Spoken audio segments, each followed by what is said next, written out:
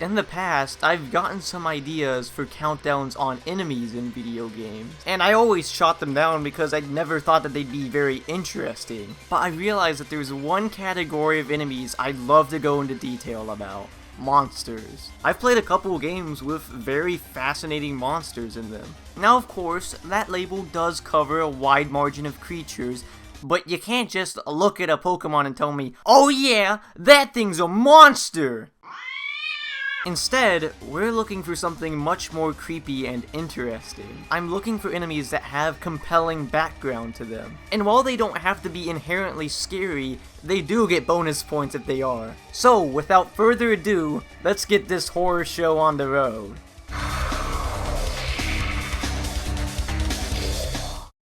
This first one is going to be a lot more tame than the rest of the list. I wanted to include an enemy that scared me whenever I was a little kid, and unfortunately all the options that I had weren't that interesting. The closest we can get to that is a mob from Minecraft. Honestly, I thought you were going to give up on this list the second you heard that. I find childhood fear to be very interesting, and let me tell you, when I was younger, Minecraft was actually kinda scary at times. I think that the more reserved tone of the game is a contributing factor to this. The game can be very quiet, and whenever an enemy comes out of nowhere, it's honestly startling at times. Dare I say, it's sometimes more nerve-wracking than any horror game I've ever played. And the enemy that fits in with these kinds of situations the best are the Enderman. These tall, pitch-black creatures with purple eyes are unlike any other enemy in the game. They're a very rare spawn on the overworld, so it's quite surprising whenever you come across one. And unlike every other enemy, they actually start out docile, just walking around, teleporting, and occasionally picking up blocks. It's actually kind of fascinating examining their behavior.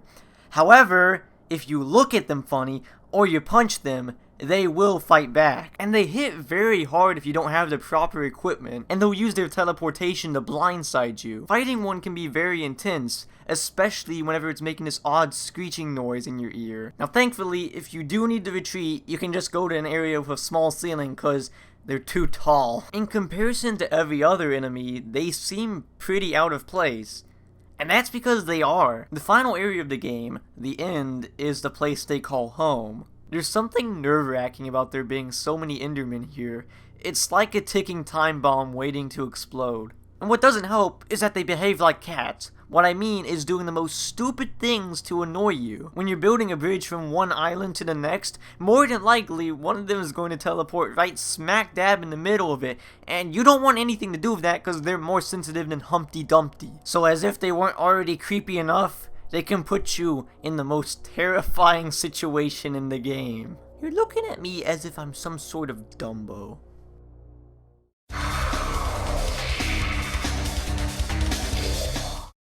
Going into this list, I knew that there was one absolutely necessary requirement. We're going to need some pretty big balls!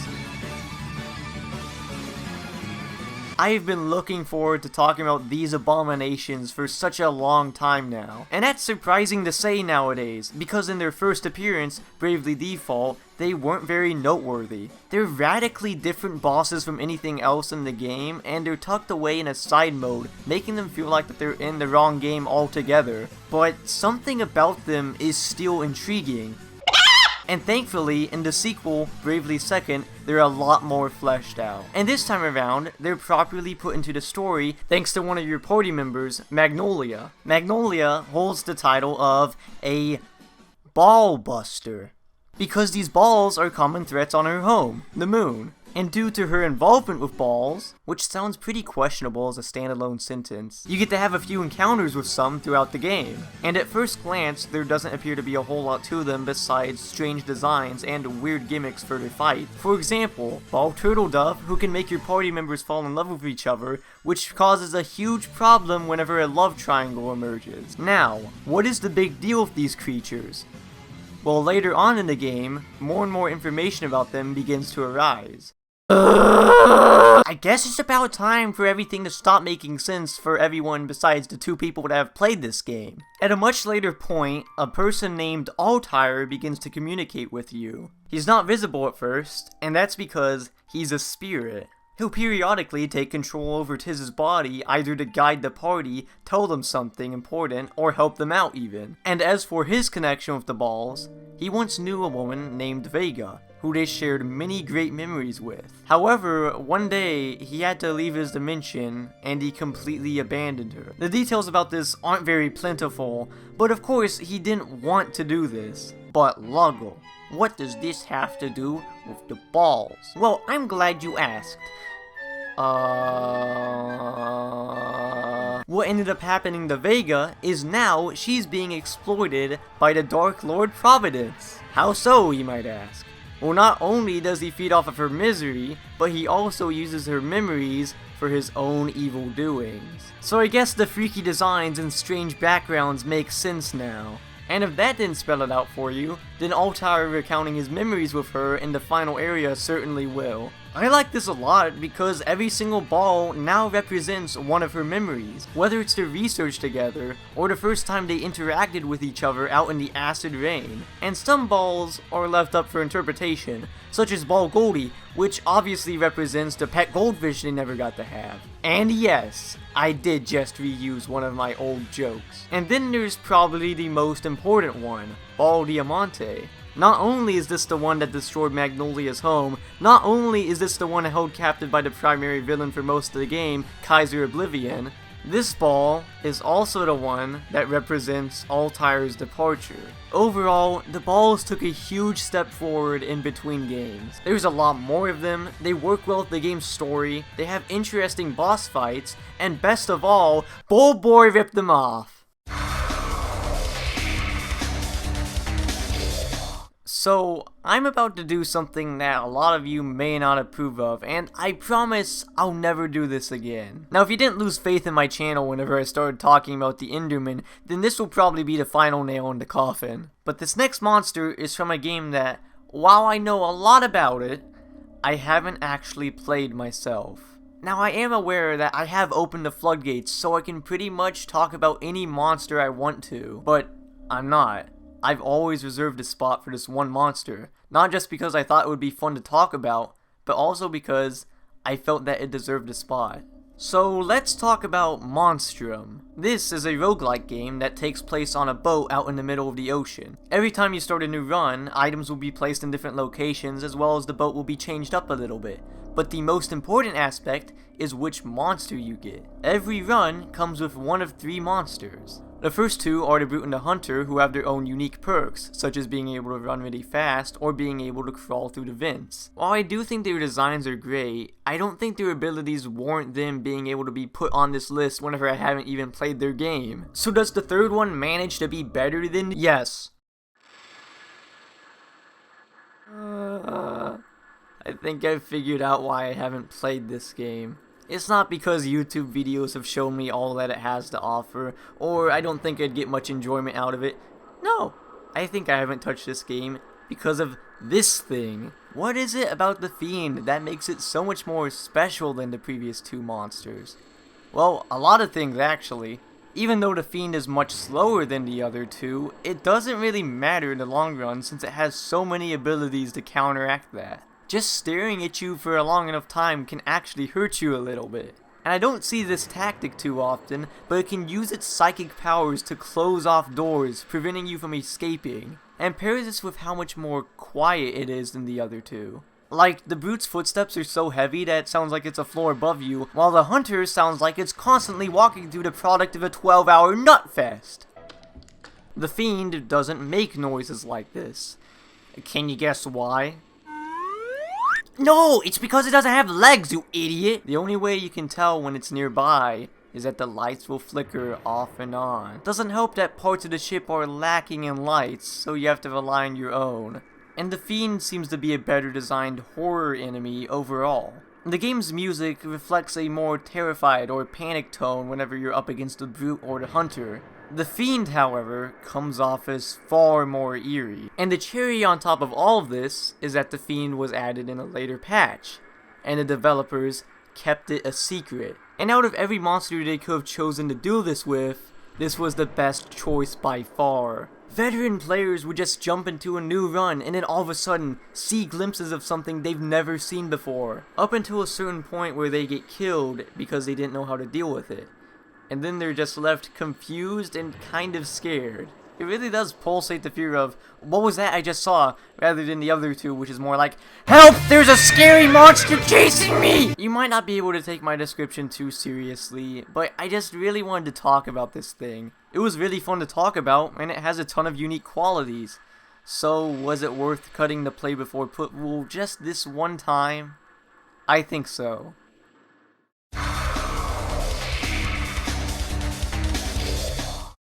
Is Metroid Fusion a horror game? Technically, no, but actually yes, but really, no. You have to be in the know to know, you know? No. Exactly. While it isn't technically a horror game, Metroid Fusion is commonly praised for being really creepy and atmospheric. It's much more eerie than the other games in the series because of two things. One, it's a lot more story-based, and two, somebody!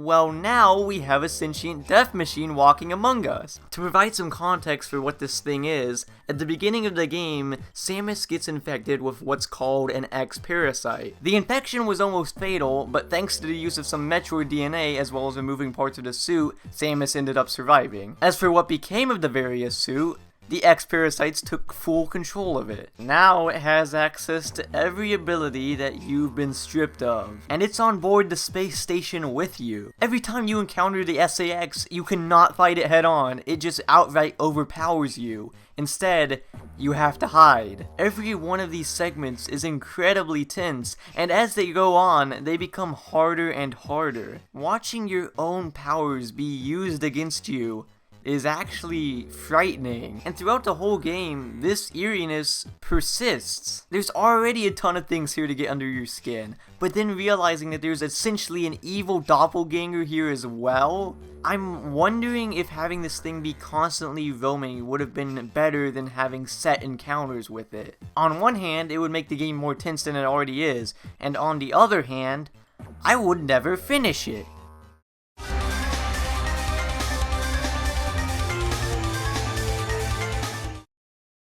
Every monster on this list has one of two qualities. Either they're interesting, or they're scary. This was the way I intended the list to be put together. I haven't played very many games with scary enemies, so I wanted to talk about something more interesting. On the other hand, since I chose to talk about monsters, of course they have to be at least a little bit scary. This made it difficult to order my list, so take my rankings with a pinch of salt. So how would I go about choosing number 1? Well, what if they had the best of both aspects?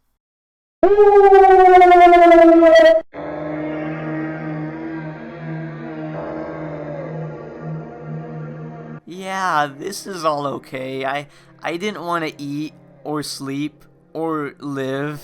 The world of Lisa is already a hellhole, but then there's one of these things lurking around the corner of the wasteland. These grotesque abominations that were supposed to be human give off pressure unlike anything I've ever experienced in an RPG. What are they? And how are they even here? Those are the questions that are going to be in your head after your first encounter with one of these mutants. In one of the early areas, you come across this dying guy, and you don't really think anything of it. Like, whatever, he's dead.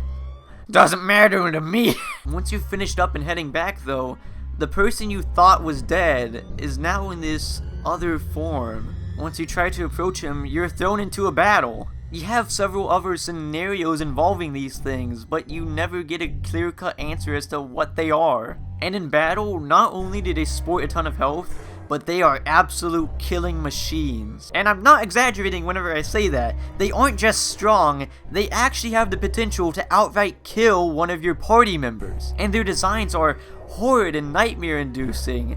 Whenever I first saw Henry, I literally jumped and was shooken after the battle. There's also cases like Beatty, As well as the freakiest one in my opinion, this. Actually, what's his name?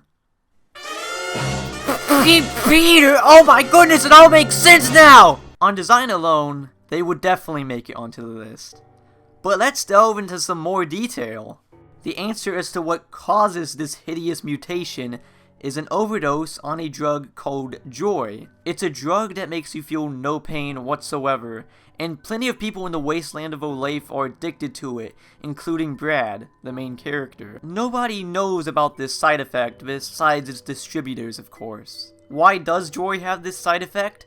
Because of one man, Dr. Yado. Now, I don't want to talk too much about Dr. Yado, but essentially, he wanted to play God and rule the world, and he ended up using joy to accomplish this. Many of the experiments went wrong, and you can actually find plenty of the failed specimens throughout the world.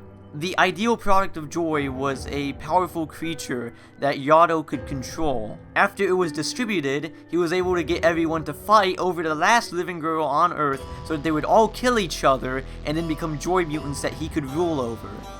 Joy mutants are twisted monsters that were created for one sole purpose: to be the servants of a power-hungry man who wanted to destroy the world just to rule over it.